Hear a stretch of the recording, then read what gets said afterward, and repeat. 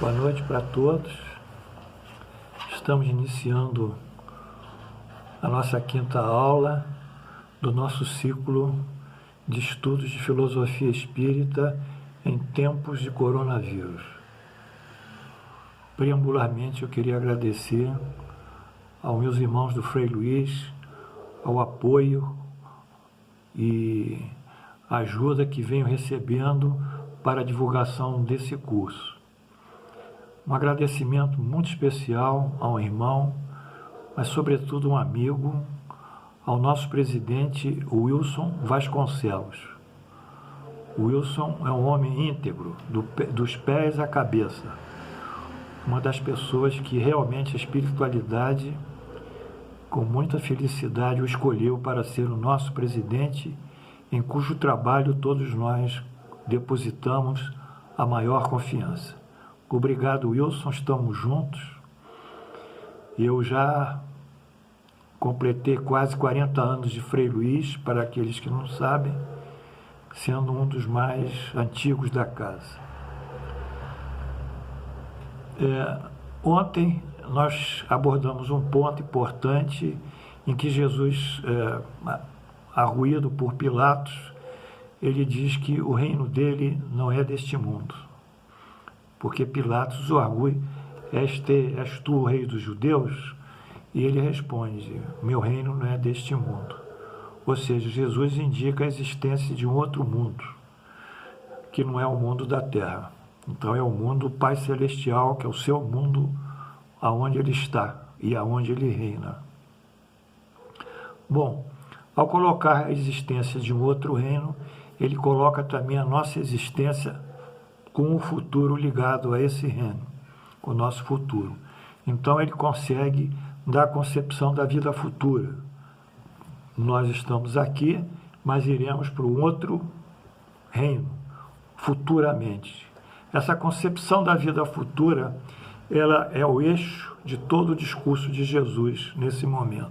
Sem a vida futura, nós vimos ontem, não haveriam as bem-aventuranças, os aflitos, bem-aventurados os misericordiosos, bem-aventurados os sequiosos de justiça, porque sem a vida futura isso não seria possível de realizar, concretizar. Porém, as religiões, de uma maneira geral, elas têm quatro premissas fundamentais e que são comuns a todas elas. Quais são as premissas da religião? A concepção de Deus, a concepção do mundo espiritual, a concepção da alma imortal e um código de comportamento moral em que se dá benesses, se dá gratificações, ou no transviamento desse comportamento procede-se sanções e castigos, no caso a culpa. Ora, o nosso trabalho, dentro dessa concepção da espiritualidade das religiões, dentro disso, ao termos a convicção da realidade espiritual, da realidade do mundo da alma imortal, de um mundo futuro, essa concepção de futuro abre um novo referencial para todos nós. Todos nós. Opa, isso aqui é a nossa orquídea. Então, vamos fazer um paralelo. Para aqueles que não acreditam na vida futura, eles acham que nascem, vivem, morrem e mais nada após a morte. É a filosofia do nadismo. Essas pessoas vivem para o presente só e nada mais. Essa filosofia do nadismo teve como um dos grandes, eu diria, impulsionadores o filósofo francês Jean-Paul Sartre, que escreveu o livro L'être et le néant, o ser e o nada, L'être et le néant, rien, L'être et le rien, o nada. Enfim, essa concepção deixa o indivíduo sem nenhuma perspectiva, sem nenhum horizonte de vida futura, sem nenhuma esperança. E quando o cataclismo desce sobre ele, ele não tem como se defender do ponto de vista psicológico e moral. Já aqueles que concebem na vida futura, de acordo com a proposta de Jesus, então nós temos um outro mundo, saímos desse, viremos para um outro, temos esperanças, temos perspectivas, temos consolações, temos toda uma série de uma vida onde a justiça divina e a misericórdia, a sua sabedoria prevalecerão de forma absoluta na nossa vista. Não é como aqui na Terra ainda. Então, como temos dois corpos, um corpo material e um espírito que seria um corpo espiritual, nossa mudança é radical na hora que nós enfrentamos o problema da vida. Enfrentamos com galhardia e não sofremos tanto, e ao mesmo tempo essa concepção de vida futura não nos deixa tão presos à matéria. Essa talvez é a grande contribuição dessa passagem que Jesus nos oferece.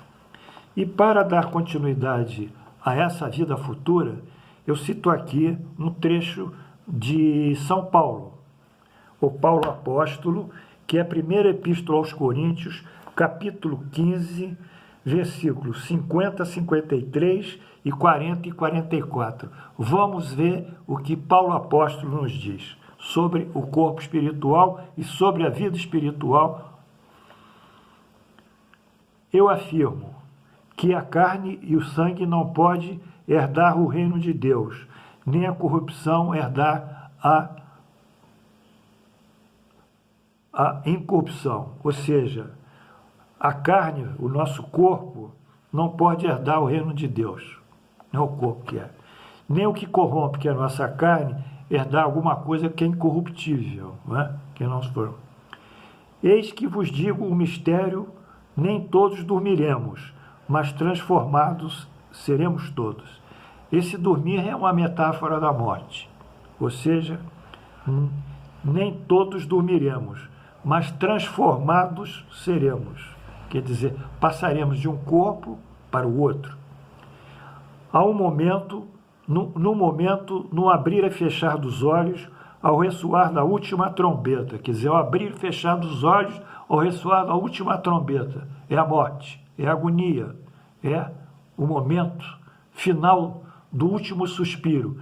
Nessa trombeta que ressoa, nesse olho que abre e fecha, nós transformamos em espírito. A trombeta soará, os mortos ressuscitarão, ressuscitamos em espírito. Incorruptíveis, o espírito não tem corrupção, não é matéria. E nós seremos transformados em uma carne para espírito. Porque é necessário que esse corpo corruptível nosso se revista de incorruptibilidade do mundo espiritual e que o corpo mortal se revista da imortalidade. Olha só como ele faz o paralelismo entre o corpo físico e o corpo espiritual ou espírito, como nós vimos na nossa doutrina espírita. E continua, mas Deus lhe dá corpo como lhe aprove dar, a cada uma das sementes o seu corpo apropriado. E continua, há também corpos celestiais e corpos terrestres, e sem dúvida uma é a glória dos celestiais, outra é a glória dos celestes. Mas claro que isso não é possível. Corpos celestiais e corpos celestes, e corpos terrestres, corpos físicos e corpos espirituais. Semeia-se o corpo natural, está aqui, ressuscita o corpo espiritual. O corpo espiritual sucede o material. Se há corpo natural, há também corpo espiritual. Mais do que isso, eu acho que, segundo São Paulo, nós não temos muito mais a acrescentar. Portanto, meus irmãos e meus amigos, essa passagem tão, às vezes, simplória para muitos leitores. Meu reino não é deste mundo, abriu todo esse horizonte, toda essa perspectiva, toda essa alegria de sabermos que somos espíritos imortais, que alegria, de sabermos que há o mundo espiritual, que alegria, de sabermos que Deus existe, cria e nos criou, que alegria, de saber que as leis divinas que Deus consagrou, que nós podemos ter um comportamento compatível ou transgredi-las, tanto faz. Se tivermos um comportamento compatível, essas leis divinas, que não são as leis da religião. Religião são leis articuladas pelo homem e não por Deus. Mas as leis divinas, essas são imortais e eternas. E de uma forma inimutável. Então, se nós levarmos a nossa vida compativelmente essas leis divinas, sabendo que estamos aqui na Terra, mas aqui não é a nossa última parada. Tudo aqui é como se estivéssemos numa ilha com uma roupa. Daqui a pouco, mais uma vez, iremos lá para o continente com uma outra roupa. Aqui na ilha, as coisas fazem é uma questão de sofrimento e de dor. E lá na frente, no continente, a justiça prevalece. Os bons ficam com os bons e os maus ficam com os maus. Eis aí a grande verdade, a transcendentalidade da alma, a realidade do espírito, a concepção de Deus, justo, misericordioso e bom, e a vida futura, que nos só traz as melhores esperanças, desde que nós compatibilizemos as nossas ações, as coisas de Deus e as coisas do bem.